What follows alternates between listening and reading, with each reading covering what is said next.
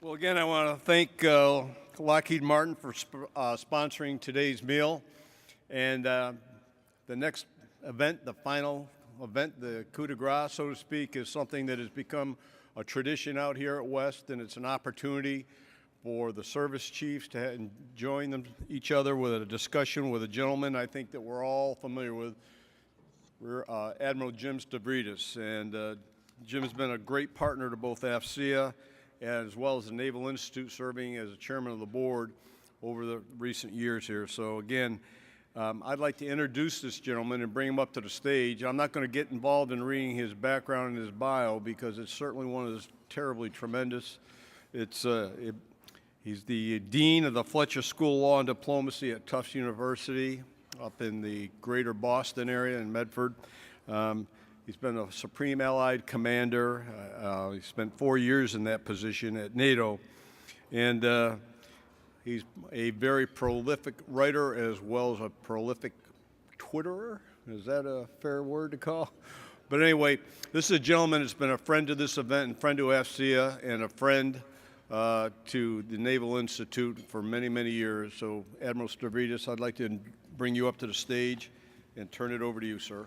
Thank you. Thank you. I'll come around there.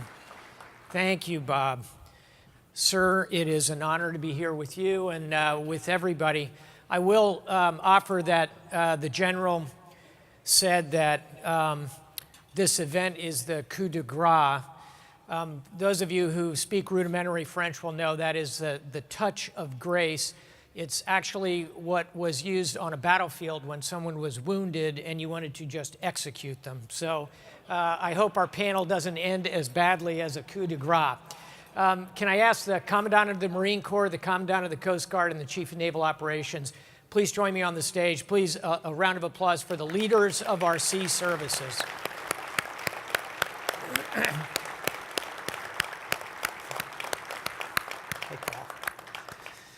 Terrific. Okay, I think we got the CNO here, sir. Great to have you. Yeah. Hey, Paul. Hey, Bob. And the two commandants. Sir. How are you?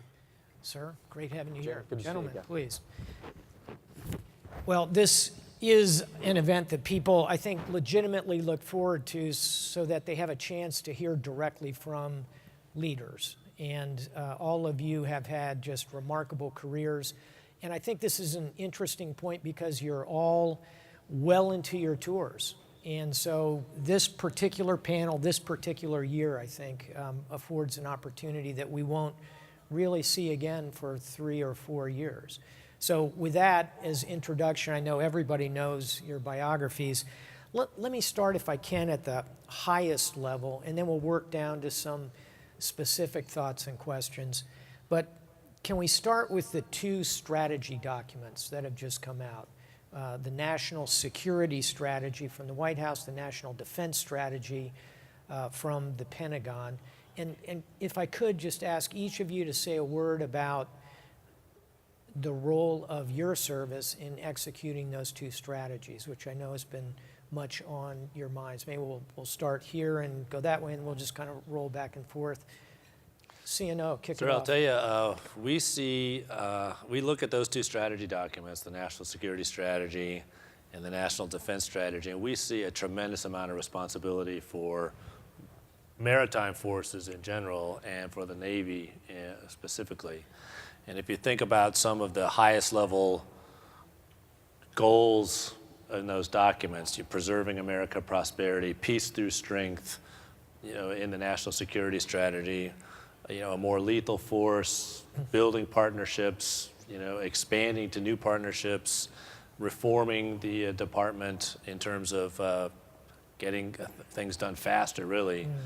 Mm-hmm. Boy, I'll tell you, that as we think about doing business in the Navy, possibly putting out a document that would be the Navy's responsibilities, really the Navy annex to the National Defense Strategy. Mm-hmm. One of the goals will be, hey, for all of this, just let's not kill the momentum that is already moving in the direction of maritime forces for us to execute our responsibilities in those documents. So we see responsibility and opportunity there. Gotcha. Commandant. we had more participation in the development of the defense strategy, as you would expect. And I think, I agree with CNO, I think it's a strong statement for the requirement for maritime forces because of the threats. And I think in the defense strategy, they talk about contact force, blunt force, surge force, and I think that's what the naval force, to include our Coast Guard shipmates, we're the contact force. We're out there day to day on patrol, and that we are in contact with our allies and we're deterring our adversaries. But because the game has changed, if that contact layer becomes a blunt layer, in other words, we operate every day in an A2AD environment. It's just not turned on. So when it gets turned on, are we going to be able to survive in that environment? And so I think that's what we're trying to do with the modernization of the force. So we went back and looked at our documents. We had a strategy document we published in 2015. We went with the Marine Corps operational concept, the concepts that we have with the Navy, sea power and the other things, cooperative strategy 21, littoral ops in a combat environment, and I think it all lined up very well. And it gave priorities. I mean, you can agree or disagree with what the priorities were. It's a different, but it takes a look at the world in a different way because the world is, the adversaries we have are different than those that we even conceived of 10 years ago. So I think it's a good document. I know it'll change because the world's going to change. It's not going to sit still, and we all have to be ready and flexible enough to do that. Got it. So you're always in the unique position of serving both in your pure Coast Guard capacity, but always ready to come and fight with us at sea. It's a proud part of the Coast Guard's world. Talk a little about how you see the Coast Guard fitting into this national security strategy, national defense strategy. Well, when I look at the two strategies that are out there first, it's only as good as the implementation aspect of that. And if everything's a priority, then nothing's a priority. And as we start looking at how do we assign risk to this strategy as well? What can we implement, but at the same time, where can we go at risk? Or where can we look at others to close some of those risk gaps? Because quite honestly, the United States can't do it alone. So we do the by, with, and through approach. But then as I start looking at regional priorities, I look at, well, what is not on the map? When you see places like the Arctic, don't see it on the map. When you see what's happening in the Western Hemisphere, the transit zones, and as Jim, you're well familiar with your days at Southern Command, not addressed. So we look at where do we use our unique authorities as a military service, a seagoing service, but also with very broad law enforcement authorities, and where can we close some of those gaps? So we actually have a global, I would call it a campaign plan beyond a strategy, but you really need is a campaign plan to truly implement a strategy. Otherwise, I think these strategies will run out of gas if we're trying to leverage these to resource the best military in the world here in the United States. So I think that's really going to be the true litmus test. Can we implement? So let's take it down a level to resources. After years now of sequestration, which has impacted both DoD funding as well as your funding, Commandant. Yesterday, we saw a budget deal moving forward that will, if passed over the next couple days, give a longer-term runway and move the DoD budget, for example. I've seen several different numbers, but let's say $700 billion and $718 billion in the next couple of years. Also advances at your end as well, non-defense spending. So maybe a little bit more resources coming into the mix. Let me start, if I can, down here with Commandant of the Coast Guard and go back this way. You've got defense industry here. Every significant defense contractor in the world represented out here. Talk a little, if you could, each of you, about assuming we have a little bit more on the resource side and knowing that some of that significant part will probably go into readiness and training and non-hardware things. But talk a little about what your needs are and perhaps a bit about how this group can help. Commandant of the Coast Yeah, Guard. I noticed today there were a lot of people dancing in the streets of Philadelphia because they heard that the Coast Guard was going to be funded as a military service.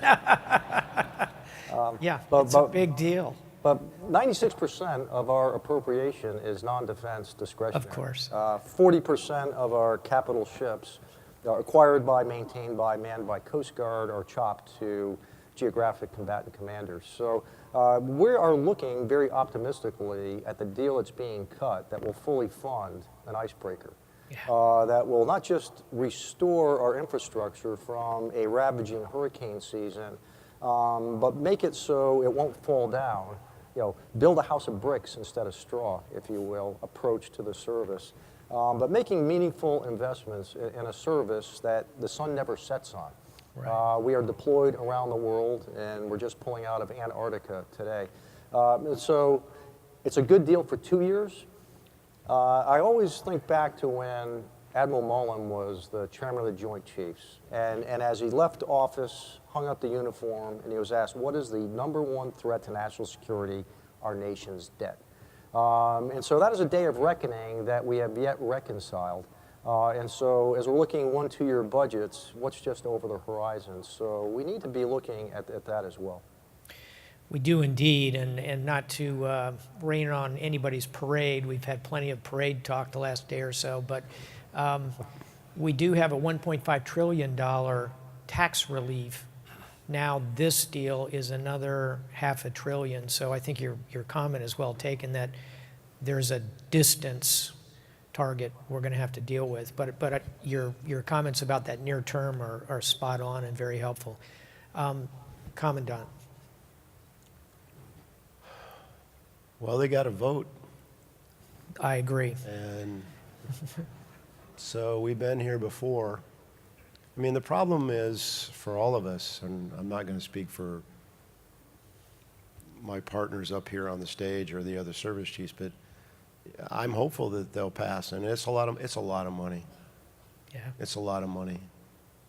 And we're going to get that money like we did last year with about half the fiscal year left to spend it. And that's not any way to run a business. If they can do a multi-year without having to deal with the Budget Control Act, that'll help us because then we can actually project and we can be more efficient. So but it is a lot of money. And I think as a citizen, we all share, as a citizen, I share Paul's concern about the debt. But as Secretary Mattis said, can you afford to pay for survival? Mm-hmm. Because the adversary out there is making big bets, big investments, and their capacity and capability is growing. And whether they want to take us on or not, I mean, we have to be able to go back to show a capability to deter them. So there's stuff that we want to do. The problem we've had as a military is we've been in an operation since 9/11. It's never stopped. It's gotten bigger. It's gotten smaller. The amount of effort by the naval force particularly, but all the forces, has not gone down, and the gear's gotten older, and we're trying to recapitalize and maintain readiness and get ready for what we think might come and maintain our legacy equipment, and that takes money. So for industry here, all I would say is whatever we purchase, whatever we procure, or whatever contract we write, if we get the stability that allow you and your vendors to have some certainty and you can invest and we take a longer lead time, we understand we need to give that to you. But what you need to give to us is quality product. You know, I buy an airplane or a vehicle or anything, a software package, a ship, it's got to be, we need it on time and it's got to work. And it's got to work with a high level of reliability. And we have to write a proper requirements document. You and your workforce have got to provide a quality product. And so it's a partnership, and we'll work with you, but everybody's going to have to raise their game if we get this money and we figure out how to spend it effectively, efficiently. Thank you. Chief of Naval Operations. Well, sir, before I sort of launch into some specifics, I would say that one thing that, just to pick up on the Commandant's comments, is that I think the American people do legitimately have an expectation that we're going to use these resources as absolutely wisely as we can. It is a fair amount of money for sure.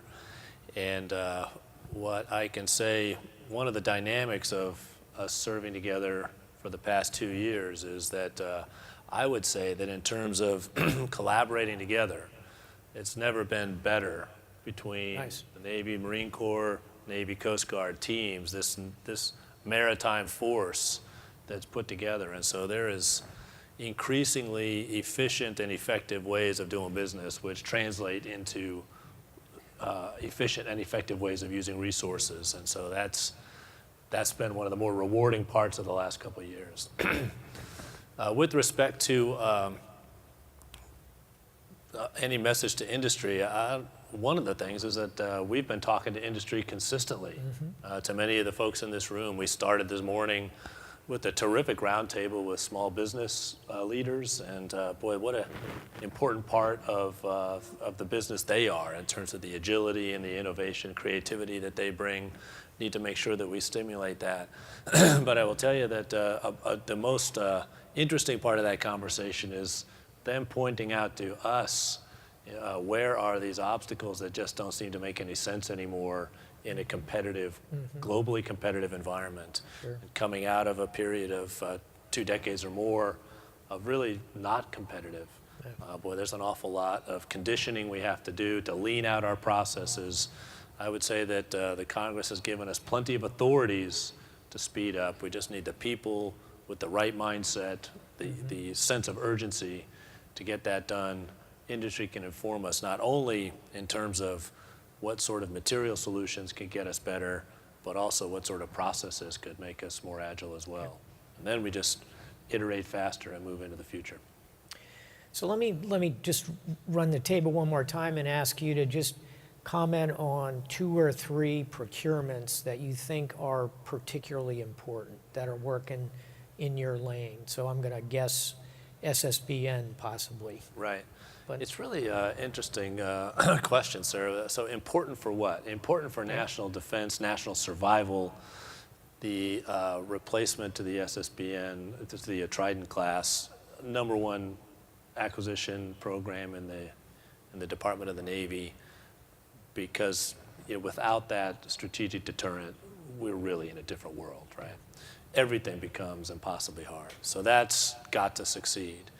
If you think about important from a standpoint of meeting the future security environment head on, and so some of the other economic trends in addition to the debt is that it's the competition for talent is becoming fiercer every single day, and we can't design our systems on a manning construct that's going to continue to require more and more and more people. So that's got to be part of the requirements going forward. And so there are other trends that are going to define this that we've got to build in. So for those sorts of things, some of the work we're doing in unmanned, this MQ-25 is an extremely important program to get unmanned onto the carrier strike group, integrate it with the air wing, and then what's next after that is just as important as well. I would say that some of the rapid acquisition programs in directed energy, unmanned undersea vehicles, those sorts of things are not only reforming the acquisition business, but will put us on the right side of the cost curve in terms of dealing with the future security environment. So those, I think, are some representative programs that are important for very different reasons. Gotcha. Commandant? I look at the joint force. To me, the #1 priority is resilient, survivable, reliable command and control. That we've got to be able to protect our networks and deny our adversary theirs. Because if we can't do that, we're in another space, and I think that's going to be a challenge because of the capability sets that our peer adversaries are developing. And that same thing, if you look at the L-class ships in the fleet, they need to have a comparable capability to other ships. I'm sitting here with the COMU that's going to go out with F-35s, and I'm not sure we're going to optimize the capability of that airplane on the big deck amphib because of some of the command and control. So we've got to fix that. If I look at it as a naval force, and part of a maritime campaign, we need more attack submarines. Okay, 'cause I want to get where I'm going, and you didn't pay me to say that, but I got to get where I'm going, and a bunch of me and a bunch of Lance Corporals with M4s on the flight deck are not going to help me out. Attack submarines. We have not had. When was the last time we had to fight to get to the fight? We just went. We didn't have to fight to get there. We're going to have to fight to get to the fight. Yeah. And the one thing that's going to help us get there is we got to have somebody running a screen line out front. It's going to be aviation, but it's going to be something under the water. And for the Marine Corps, obviously we're trying to recap our aviation. The program that to me is the highest priority, and it's still in a requirements is a Group 4 or 5 UAS that can take off and land from a big deck from an amphib ship that's got ability to do ISR, do some strike, do EW. It's beyond line of sight, and it's got to have some durations on time. The rest of the stuff, I think, we've got 5th generation airplanes. We're trying to create a modern Marine Corps. So the stuff we've had, we take good care of it, but there's Marines over here wrenching on vehicles that are older than they are. And we appreciate their efforts, and we know they're out there, but I would like to give them something. And it's coming. We've got the vehicles. We're buying them, but it's not coming fast enough.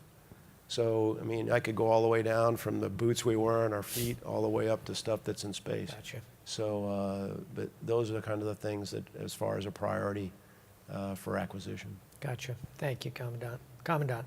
Well, we have 3 hot product lines going right now, so I don't need to address that other than to say, we're holding steady requirements.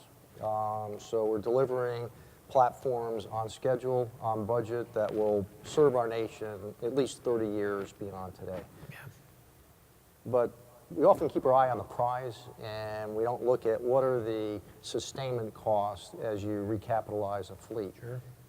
And we oftentimes underestimate what those sustainment costs are going to be. And then you find yourself trapped between maintaining and modernizing. So we're modernizing pretty much our entire fleet right now, which means in another 30, 35 years, we're going to be right back at it again. And typically when we build something new, we use the warranty money on that to maintain the old.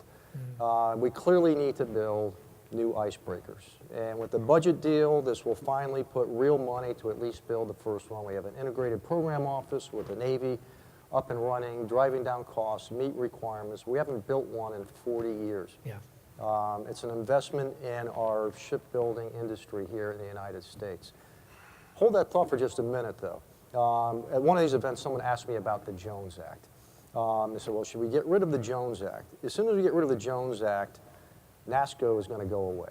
Our ability to build ships here in the United States and the technology is going to go away. But you start looking at these campaign plans, let's not lose sight of sea lift.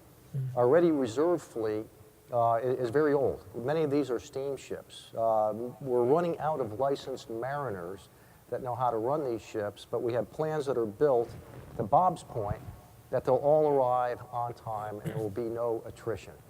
It's probably not a good assumption to make. So we can't lose sight of the fact of logistics and sea lift. And so I see a vulnerability there as well. The other area we're looking at, we have another fleet that maintains our inland waterways. And so if you're going to say you need something, you need to just explain why, not what. So why? It moves $4.6 trillion of commerce that will not move if these waterways are not properly maintained. Now, in my checkbook, that's real money, $4.6 trillion for a very modest investment of $15, $18 million a copy ships to reconstitute ships that are 73 years old right now. Not a huge ask, but a huge return on investment as well. And then the last area I look at is, as we operate much north of 65 degrees north, which we do, you're operating in the dial-up modem age. So we need to look at bandwidth. We need to look at bandwidth that can withstand the intent of an adversary as well. So we don't own space outright, and there are adversaries operating in space, so that's another area that I look at that is worthy of an investment as well. Could I pile onto that just Totally. real quick? So, the Commandant mentioned something about, hey, always this balance between buying for tomorrow and maintaining what you have today. that's another message to industry is we've got to be we've got to design systems that cost less to maintain than the system that it's replacing, right? And so that's not been the trend. We've got to reverse that so that we think about total ownership costs. So from a manning and maintaining standpoint, that load on the system has to go down. Well, let me pick up on a comment Commandant Neller made, and I'd seen you quoted on this before, Bob, and I completely agree with it.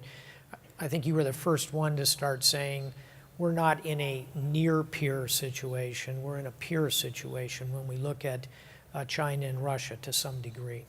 And I think both the National Defense Strategy, National Security Strategy correctly identify Russia and China as potential adversaries. Say a word or two about your service and A, how it fits in that, and B, how much risk are we facing right now? The Commandant says that we're going to fight to get to the fight. I know that he's right. We going to win that fight? I think so, but talk a little about Russia, China, and your service and what's in your head. You want to start, CNO? Sure. It's a growth industry. I think that the future security environment is going to be more and more defined by the maritime. And not surprising that as particularly the Chinese economy grows, fueled by the rule set that we have established and maintained, for 70 years, they look beyond their shores now to expand their prosperity, and then they're building a navy to secure those sea lines. It's very Mahanian, right? There's no mystery here. But I'll tell you what, they have a very focused effort on this with a very aligned elements of national power. This One Belt, One Road has an important and flourishing maritime dimension, both from a security standpoint and from a prosperity or a commercial standpoint. And in fact, a lot of their things that they're doing are dual use, right? So you could go either way on that. And so, as I said, from those security documents that you described, tremendous responsibility for the maritime. Russia equally well, particularly as they continue to fund and advance in the maritime, particularly their undersea capabilities. And so we've got to make sure that we're responding to that challenge. We set up not only the force structure, couldn't agree with the Commandant more about attack submarines, but also the command and control structure and all those things needed to operate that force. Gotcha. Commandant Neller.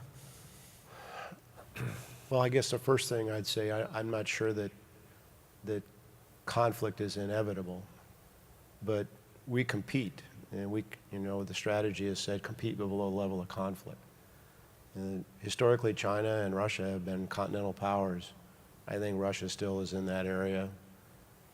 But China is, as the CNO said, they're all over the place. You talk to anybody that's operating in Africa, they will tell you that they're there.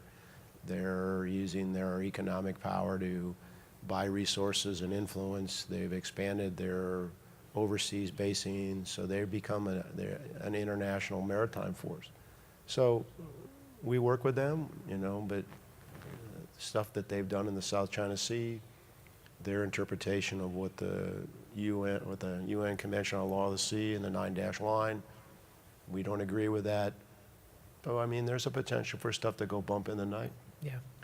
So our ability, if you look at their capability, and they're not recapitalizing, they're building new. Mm-hmm. It's all new.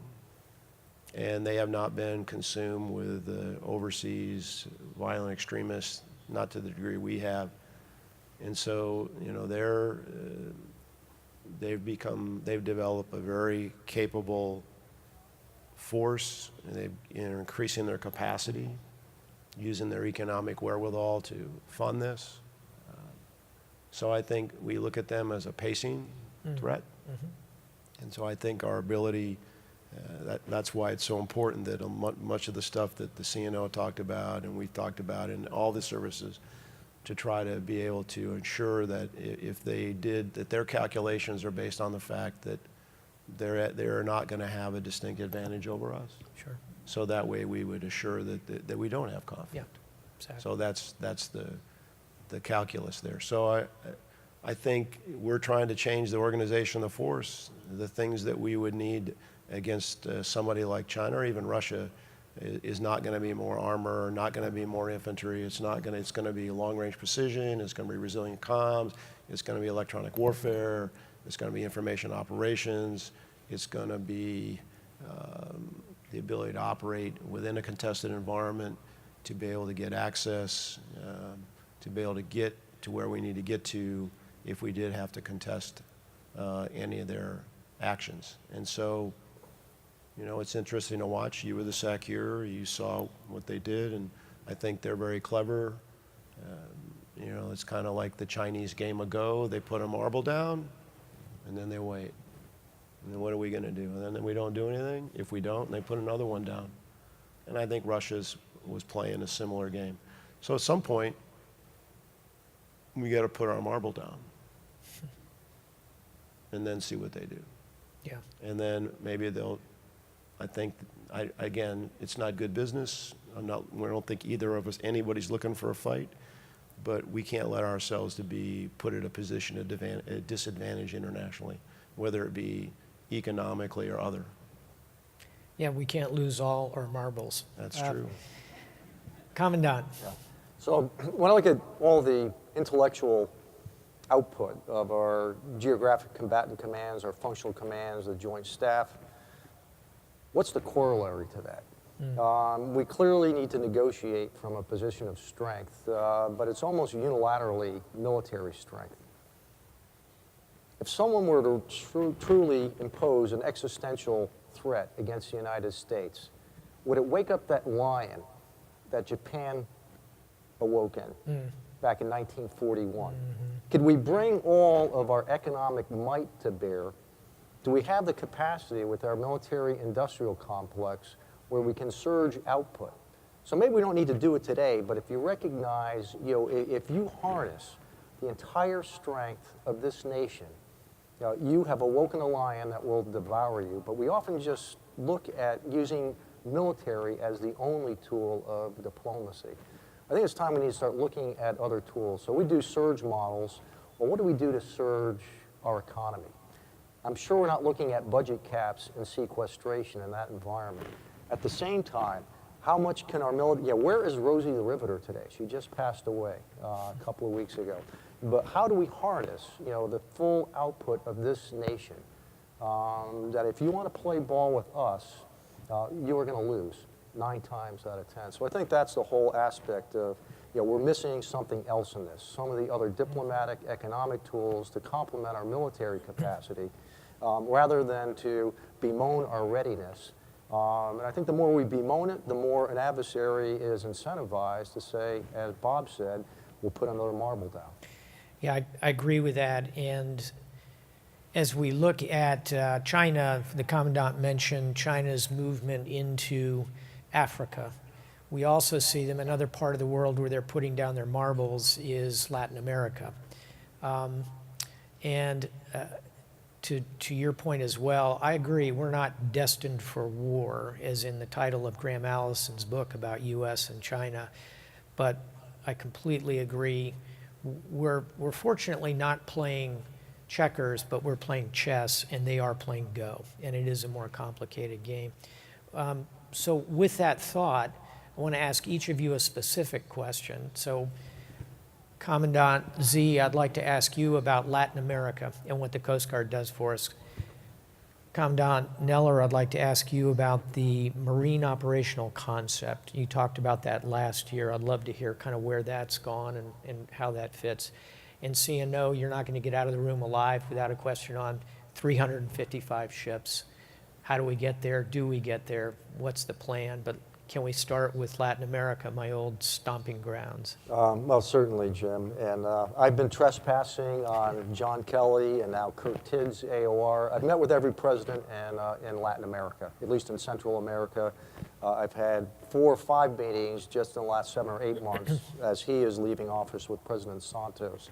No secret that we are besieged with the flow of drugs from Latin America to the United States. 64,000 Americans died in 2016. That number will be eclipsed when it's rolled up in 2017. Wow. And then if you put those numbers into context, you know, how many died on 9/11? How many died in the Korean conflict, Vietnam conflict? But you can't look at this myopically, okay, it's a drug and a drug only. What is happening in Guatemala, El Salvador, Honduras, violent crime has taken over. Rule of law is out the window. Right now, the prosecution rate in Mexico is less than 5%. 31% of the cocaine lands in Mexico, and then it ferrets its way through our border checkpoints and then into the United States. But you start losing your security foothold in these nations. There's less incentives to provide foreign investment into these economies, so it has a double whammy effect. A security environment that's faltering, an economy that's faltering at the same time, which does two things. It plants the seeds for illegal migration. It also plants the seeds for an internal insurrection in democratically elected nations. So it's what we would call a moderate threat right now, and we normally don't address threats until they become significant or high. But they are trending from moderate to significant if we elect to do nothing about it. So it's a region where, as I look at where are gaps and seams in the National Defense Strategy or even in the draft National Military Strategy, that is a gap and seam, and it's one that we're using our authorities to try to plug some of those gaps as well. At the same time, build relationships. April 1st, on or about, no fool, we will start doing combined maritime interdiction operations with SMAR, the Mexican Navy, with the Colombian Navy in the Eastern Pacific where the flow rate is the highest. So it's a step in the right direction. Yeah, and I think we've got some Navy ships coming back into the equation in Latin America. Yeah, absolutely. We're taking a hard look at Yeah. how we can go back and just kind of continue to partner with the Coast Guard in Yeah. that theater. Fabulous. Commandant, talk a little about the operational concept. How's it going? Well, the mock was based on the fact that, or the premise that we were not currently organized, trained, and equipped to operate successfully against a peer adversary in the year 2025. So there are a bunch of things in there, from how we manage our talent, how we do our training, certain systems and capabilities we needed, how we organize the force. And it involved experimentation, a campaign of learning. I think General Bob Whaler-Walsh came in and talked to everybody yesterday. Probably, I believe, gave a good rundown of where we are in that process. So organizationally, the first thing out the box was the MEF headquarters group, which was kind of your standard compilation of capabilities to support our core level headquarters, the Marine Expeditionary Force. But it was more of a kind of a basic headquarters company force provider. They now have an operational mission. They're involved with the effects and support of the MEF command element. They are going to be more involved with electronic warfare, with cyber, with intel analysis. And so that process is ongoing to transition those headquarters to those capabilities, and finding the Marines and training the Marines that are going to do those types of things, and we're going to exercise with that. It involves exercising with in a non-comm environment, worried about our signature, what we look like to the enemy, how do we mask our signature, make them raise theirs. Capabilities, we got to do modernization, we got to improve our readiness. We're going to try to get more into simulation for our training. We're going to change our training. We're going to go from a counter-insurgency, counter-stability operations training environment to a more conventional peer-on-peer capability set. We're going to do more force-on-force, which we're doing. I just out at 29 Palms yesterday watching that go on, where we use a peer force to fight against ourselves. So it's happening. It's not going to happen as fast as we would like because, one, we continue to struggle with whether we've got appropriations or not. There's certain buys we want to make. It's involved in recapitalization of aviation and ground equipment. But it's really changing the way that we see ourselves as a Marine Corps. It's going to be a Marine Corps that's a little bit older, a little more experienced, because as much as we love our young Marines, like many of them that are here, and we recognize them for their great service, and I appreciate the fact that you all did that, and thanks, Marines, for what you do, and thanks to your families.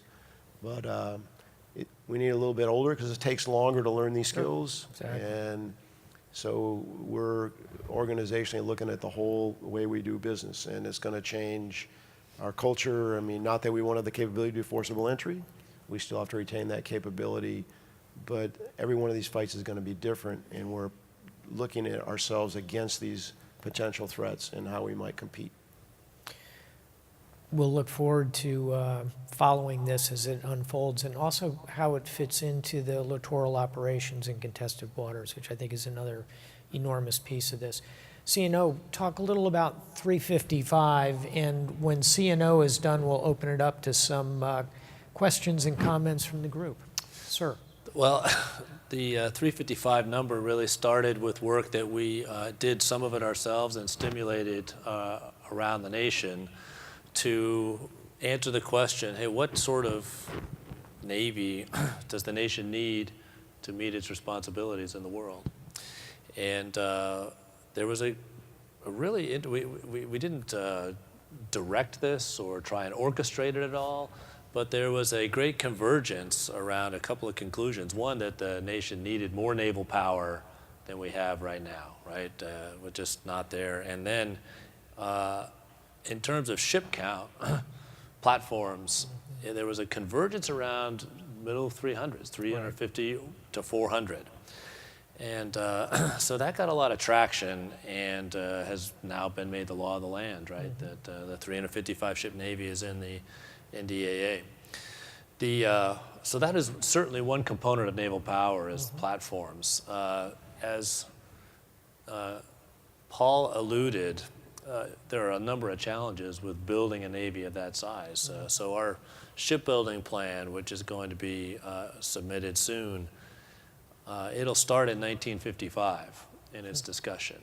And since 1955, the shipbuilding industrial base is now 1/3 of the industrial base it was in 55. There are 14 shipyards that build ships that have just shuttered or gotten out of the defense business.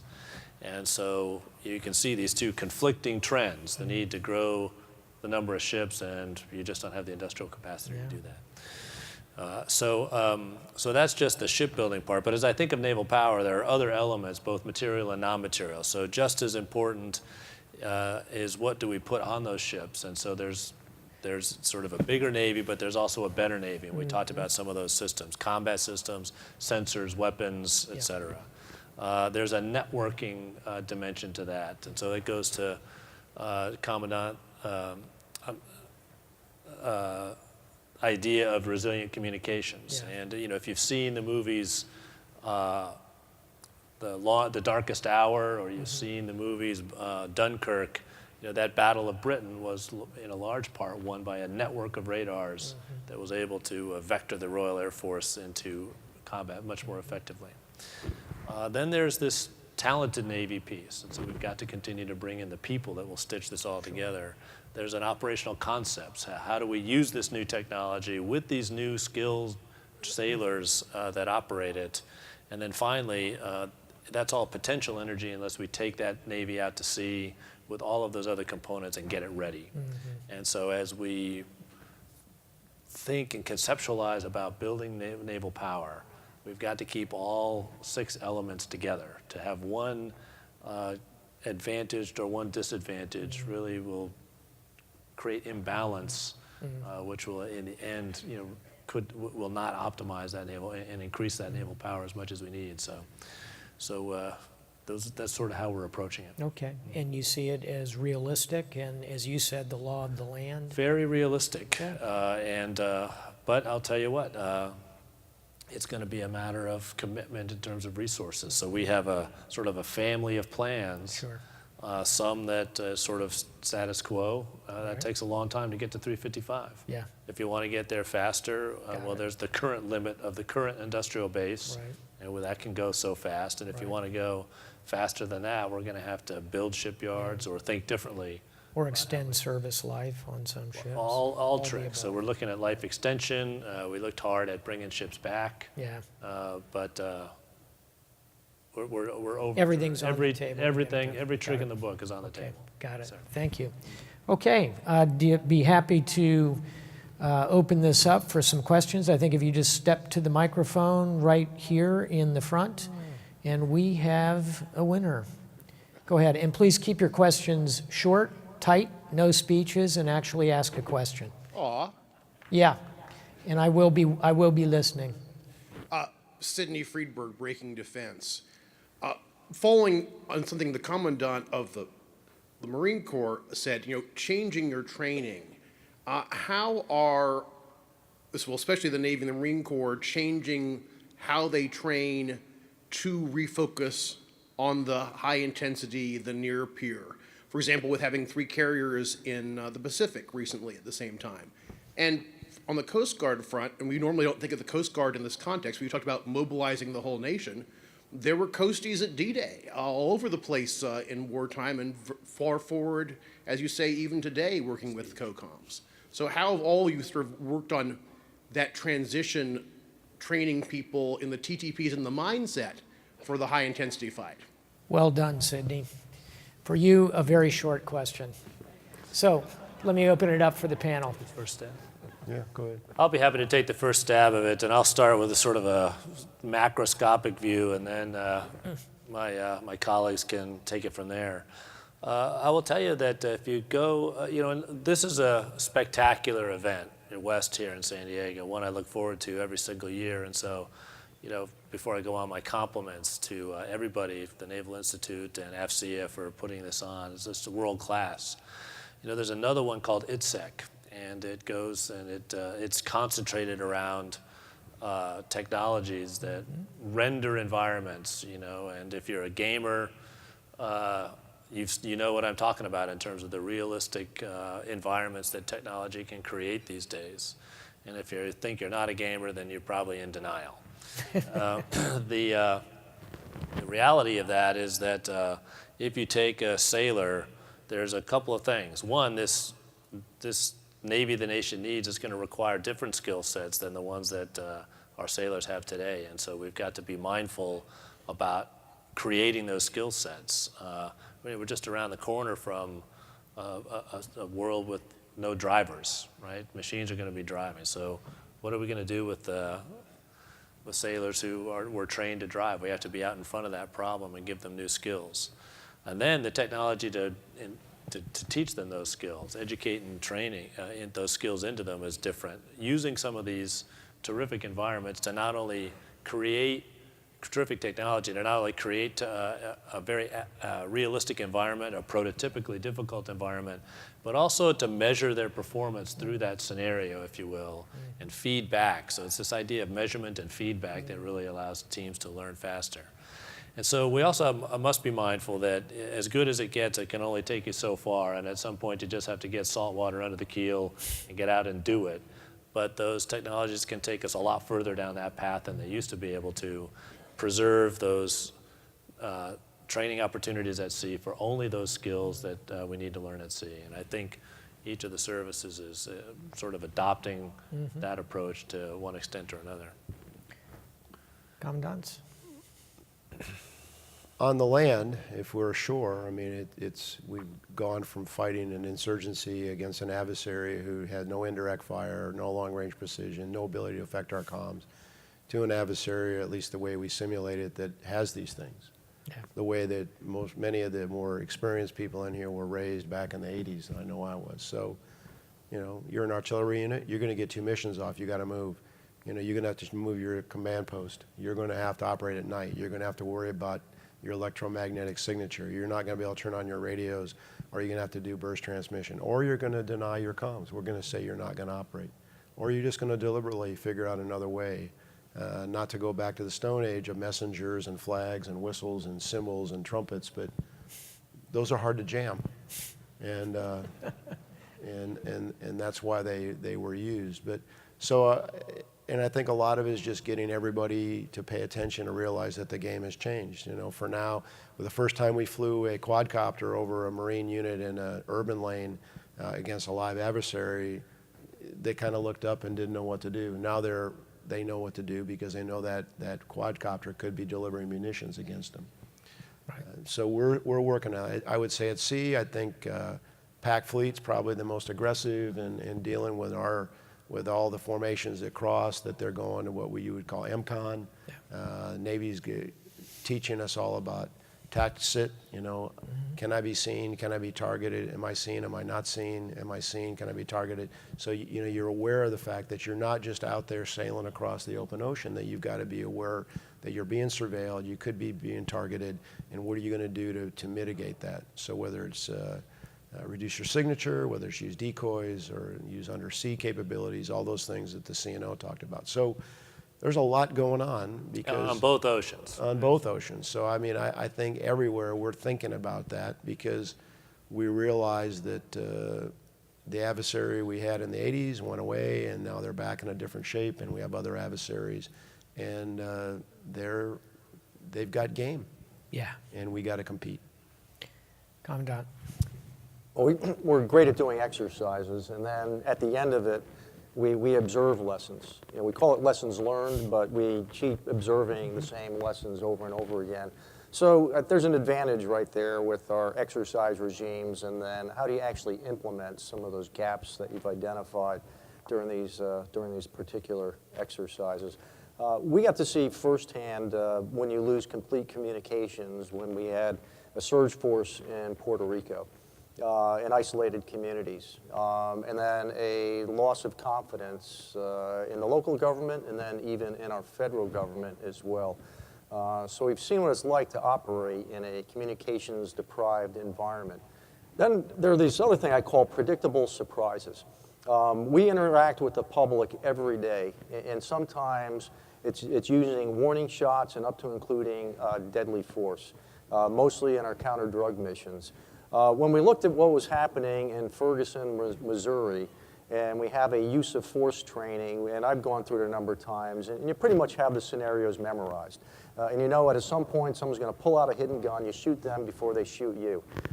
We had to change it. So we overhauled our use of force training policy so you can't game the system anymore. You're operating in a very dynamic environment. You can't call the boss to say, should I shoot or not shoot? It's your decision to make. Because make no mistake, you do not want to find yourself on the front fold of the Washington Post that you're using excessive force against U.S. citizens. It's one thing if it's against a foreign adversary, but if it's a U.S. citizen. So we're trying to look at what are those other predictable surprises, and let's not be caught by surprise and fix something after we were embarrassed because it was broken in the first place. But I think more importantly is implement those lessons learned. Thanks. Megan, are you up? Hi, gentlemen. Megan Eckstein, U.S. Naval Institute News. I wanted to ask the three of you about this idea of wholeness that we've been hearing a bit about in the budget process. I know the Navy has a wholeness readiness review that they're implementing for POM 20, but I was just wondering with the budget that's about to come out next week, kind of where you assess your wholeness in terms of the training and the maintenance dollars to go along with your programs and where you can improve in the next couple budget cycles. We'll just go 1, 2, 3 right here if we can. We've been getting sharper and sharper definition of this wholeness concept over the years. I would say that the 18 budget represents a pretty whole budget, right? Particularly when it comes to funding those accounts that sometimes are not as visible but very important in terms of maintaining readiness. And so it funds readiness to really the maximum that is either required or executable. 2019 continues in that, and so when that budget is delivered, one of the things that you can anticipate is that it will be informed by the strategic direction that we are talking about. It will be consistent with the dimensions of the Navy the nation needs, which is a tribute to the team that pulled it all together. I really am proud of those folks, which includes the fleets, because they really have the much better sight picture on particularly that readiness dimension and what is needed, what is most effective. And then them collaborating with the artists that pull this budget together and do all those trade-offs and submit it. Starts with the strategic direction, brings that collaborative team together, makes those tough trade-offs, and delivers a budget that's pretty whole, pretty balanced. Commandant Neller? I mean, there is an advantage to getting a lot of money because some of the trades you have to make, for example, the first thing that usually goes is facility maintenance. Yep. And, and we've had a lot of good luck with facility maintenance for the past few years, but you're never going to be on top of the wave on that. 65% of our budget goes to pay our salaries, so we've got to take care of our people and our force, like all the other services. There's a certain expectation that you're going to have a decent place to live and it's going to be safe, and you're going to have certain things that come with being a member of the military, good medical care, et cetera. So all those things are part of it. I mean, I think when people look at the budget, the first thing they look at is the big ticket items, whether they be the cost of an aircraft or a ship or a submarine or an icebreaker and all that. But I think the fact that if we get a more robust funding profile, these other things that never go away, that are part of the infrastructure and the way we run the business, they're going to get taken care of also. They're not going to get fixed entirely. But, there are still, we're always chasing ourselves on the infrastructure. And then when you buy a new system like F-35, you can't operate that thing in an old hangar. You got to buy a hangar, requires certain capabilities in that hangar. So I mean, we're expensive, and we're expensive because we're good. Now, our job at the other end, as the CNO mentioned, is we've got to use that money wisely and efficiently. And I think we're in a good path. I know there's some concern about some of the people that come in the building, but I can tell you I find it quite refreshing to deal with DepSecDef Shanahan, Miss Lord at AT&L, and our own service secretary, Secretary Spencer, because they take a very different view. They take a business view, and then they're asking us some really hard questions. They're asking really hard questions about, okay, what did you get out of that money? What value did we get out of it? How did you spend that money? And how come, tell me about this and tell me about that. And it's forcing us to be, I think, in a positive way, more introspective and analytical about what we're doing and the processes we're using and how we spend this money so we can get the maximum benefit out of it. In fact, for everybody in industry, Secretary Gertz is down here in the front, ASN RDA, and I just advise you all, in fact, I really impel you to just flash mob him after this thing. Just come up. He's a fountain of wisdom and energy. Thanks, Hondo. Commandant Z? Yeah, well, when I think wholeness, I think predictability. And we have enjoyed anything but predictability, which is a fundamental aspect of being ready. And maybe you don't get everything you need, but leave it to us to determine what offsets we need to be ready. Don't tell us how to ready your service, and allow us to identify where we can take some risk, and to prioritize those risks that we can't not shy away from when it comes to readiness. But the biggest challenge really for all of us is that lack of predictability. We're averaging about 5.5 continuing resolutions each year for the past decade, which means roughly 55 CRs, which provides anything but predictability, which really makes it a challenge to look at wholeness. And I think this gentleman's been waiting. Good afternoon, gentlemen. Lieutenant John Thomas, Amphibious Squadron 5. My question is regarding the F-35 and command relationships. So last October, I had the pleasure of being on board the Essex as she executed Exercise Dawn Blitz with the F-35 operation. A lot of great command relationships fostered and lessons learned and experimentation. So my question is, with this upcoming deployment to 5th Fleet, what do you intend on or foresee the relationship between, say, for example, the CAOC and the theater and the individual MU, CO, and ACE commander with regards to the F-35 and resource management and tasking? Do you want to take a crack at that, John? Of course, we really No, I mean, I think combatant it's, commander to I answer think, that question. They're going to sail and get underway. They're going to chop from 3rd Fleet, 7th Fleet. They're going to check in with 5th Fleet. Yeah. They're going to work for ComNav Cent, and they're going to operate there. CTF 51 will be their operational headquarters working for NavCent. And like with any other aircraft that's going to fly in the area, they're going to be on the ATO and they're going to be checking in with the CAOC.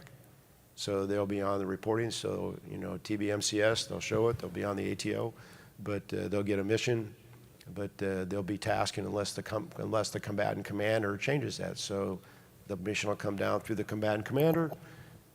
If it's something that's inherent resolve or something else in Iraq or Syria or even Afghanistan, just like would off a carrier, they'll get tasked. They'll be told what the task is, and they'll go fly it, and they'll come back, and they'll be on the ATO, and the KOC will manage the airspace. Other than that, they'll continue to be operational under the OPCON of CTF 51 and NAVCENT. Yeah. So I don't see, now, that aircraft, I think what will happen when they get there is I think there'll be a recognition that they have a certain capability aboard a ship that they haven't had in the past, and there may be certain mission profiles that they want to do, but that's up to General Votel Exactly. and Admiral Aquilino. Our job for the Navy and the Marine Corps is to make sure that these two gentlemen over here, the MUCO and the FIBRON, that they're trained and ready, and they got the gear, and they're ready to go, and their readiness is up, and they can fulfill whatever tasking they get from the combatant command.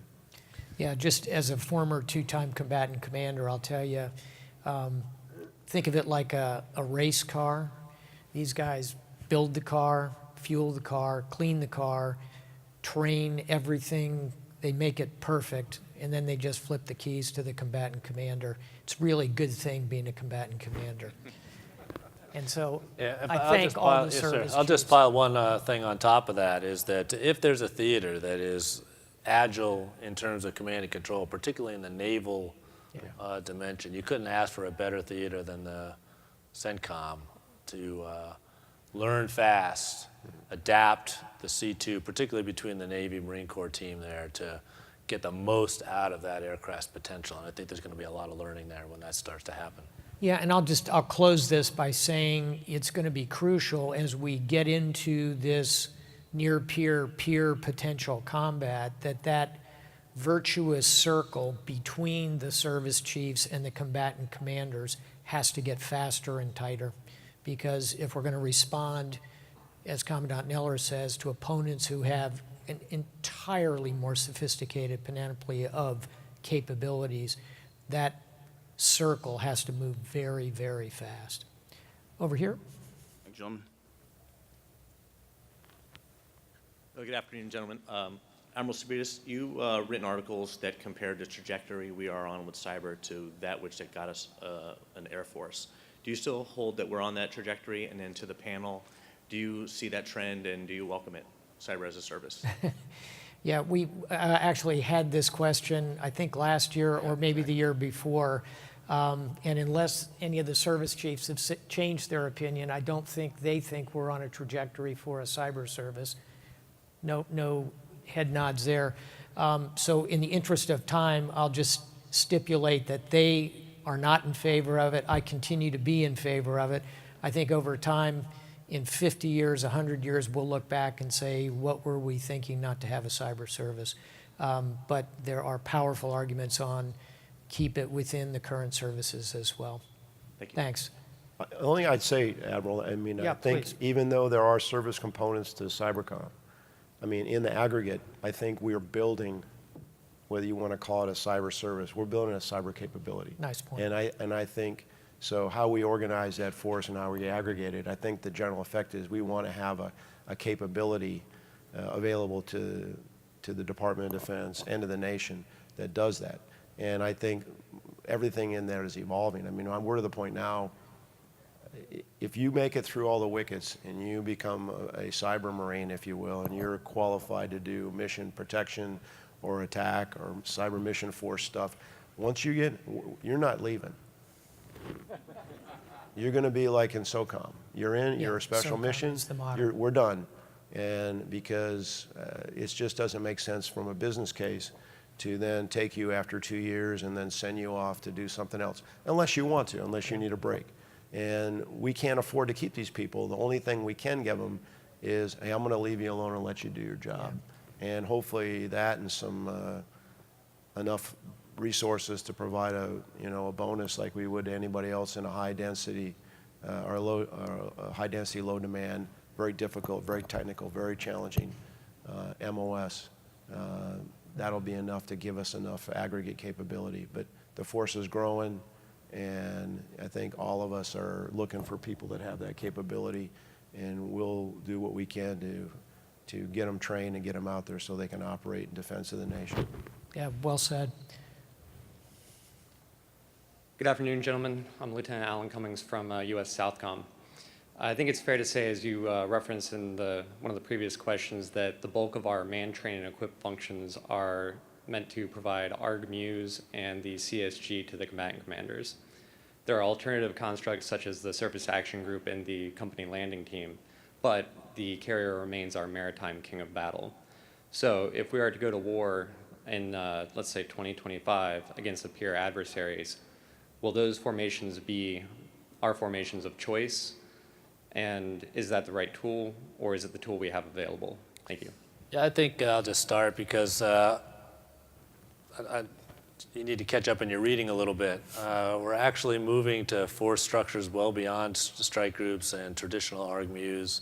Admiral Alexander over here has commanded surface action groups from 3rd Fleet deep into the Western Pacific. We've done the same thing in the Navy Marine Corps teaming in terms of aggregation and disaggregation of forces.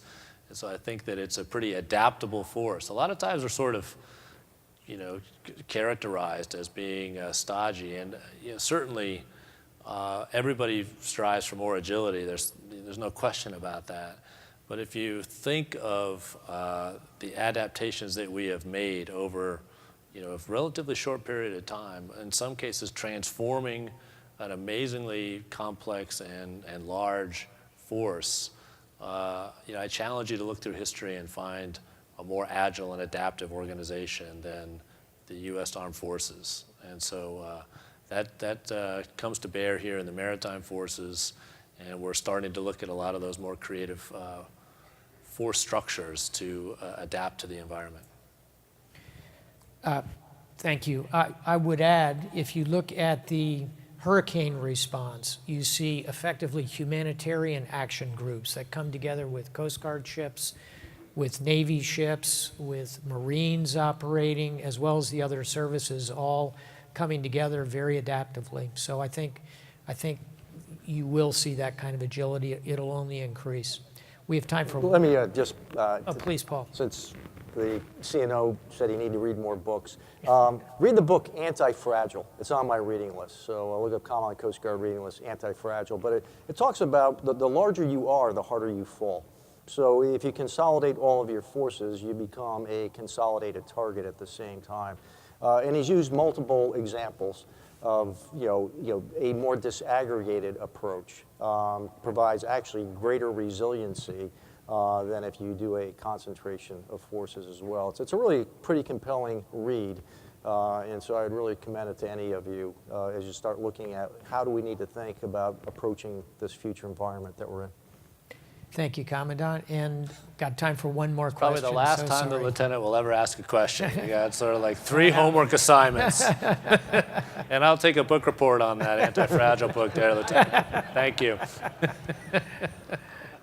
Good afternoon. My name is James Harkins. I'm a retired Marine Corps Sergeant Major. My question goes to nuts and bolts.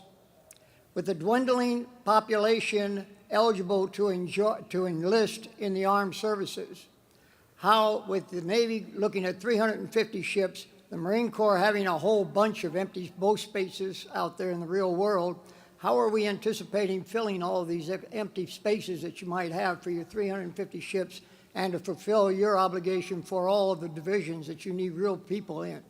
I leave that one. Coast Guard, you're not going to have a problem. Everybody's dying to join the Coast Guard. I leave that with you folks. Well, Sergeant Major, I'm not sure I agree with your assessment. I mean, I was talking to a bunch of recruiters that are going to recruiter school. We got 3 or 4 young men or women that want to be a Marine officer for every spot we got. I got people backed up in the delayed entry pool to be Marines that are at least 9 months deep. Every unit in the Marine Corps is manned at between 95 and 100%. So I'm not sure what holes you're talking about. So are there, now that's on paper. So we got people off doing a lot of different things. So every unit that goes out, every unit that deploys, every unit that's forward deployed is manned at darn near 100% of their table of organization. So we are this year, any re-enlistment, we got first term enlistment and we got career enlistment. We're already at 80% and we got about 6 months left to go.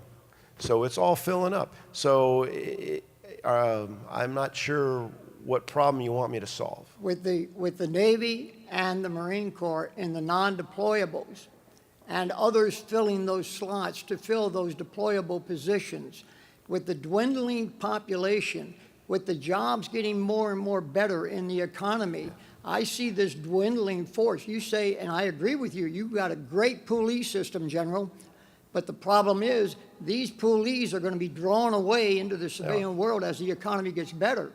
With the requirements of you and the Navy for 350 ships and us for the Marine Corps, I'm having a problem grasping the manpower. I think we're all concerned. It's a strategic issue for the nation that probably depends on what data. Admiral Stavridis probably knows, but probably less than 30% of the young men and women in this country are qualified because of physical, mental, or legal or morality issues to join, let alone have a propensity to join. 20%. So it's a problem, and that's something we all ought to be concerned about because it affects our schools, it's affected by our schools and money we put toward education and things like that.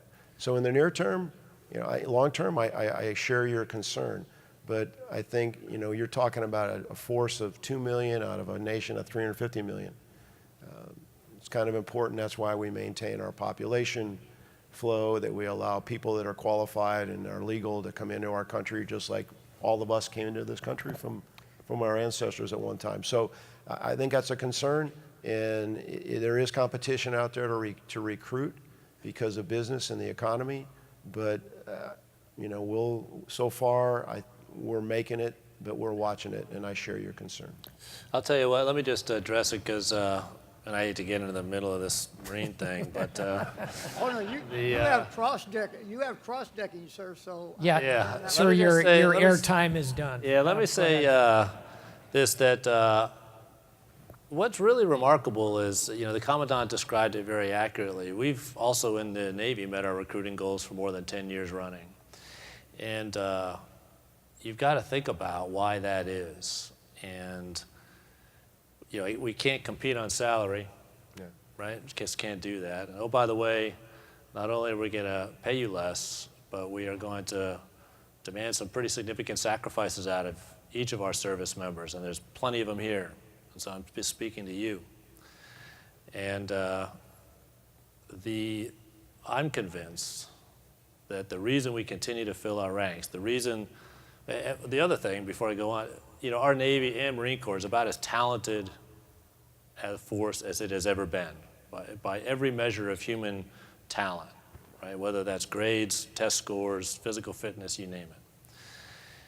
So why do these young people come and continue to raise their right hand and swear an oath to support and defend the Constitution of the United States? I think it's the values that we offer, right? This is a noble profession. And values such as honor, courage, and commitment matter to young people today. The chance to be something bigger than themselves, to serve a higher cause.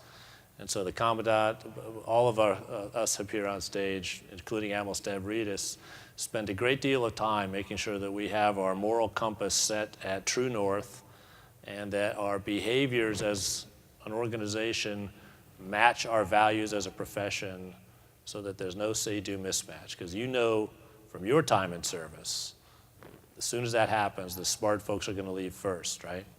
And so as long as we continue to keep our fix, stay on course, continue to offer that organization that has this value proposition, I think we'll continue to fill our ranks. Well said. And now our time has come. I do want to draw a line under something the Commandant just said about immigration, because I believe firmly that immigration helps this country, and it will be part of the solution to what the Sergeant Major brought up recently. And I'll give you a fact, and it's a sad fact, but it's one worth knowing. In the terrible collision of the Fitzgerald, of the 7 sailors who died, 4 of them were born outside of the United States.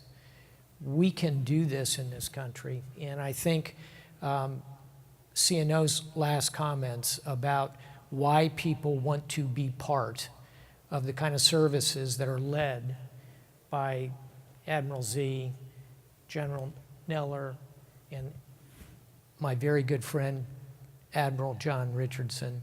We had to give them a tremendous round of applause for inspiring that kind of service. Thanks. Thanks a lot. Thanks. That was fabulous. No. Good. Gentlemen, thank you again for your candor and the insights that you've provided us. I think you gave us a good perspective of the way ahead and the challenges that we face in the future. And just so you know, I mentioned this before, but along with the Office of Naval Intelligence, we're going to be conducting a top secret SCI threat symposium in Chantilly on the 1st of March to address the maritime threat and the challenges that we're faced going forward. And again, on behalf of AFCEA and the United States Naval Institute, I want to present you with these books in appreciation for, once again, a very insightful and thought-provoking discussion. Thank you very much. Thanks a lot, Bob. Thank you, sir. Thank you very much. Thank you. Thanks, Bob.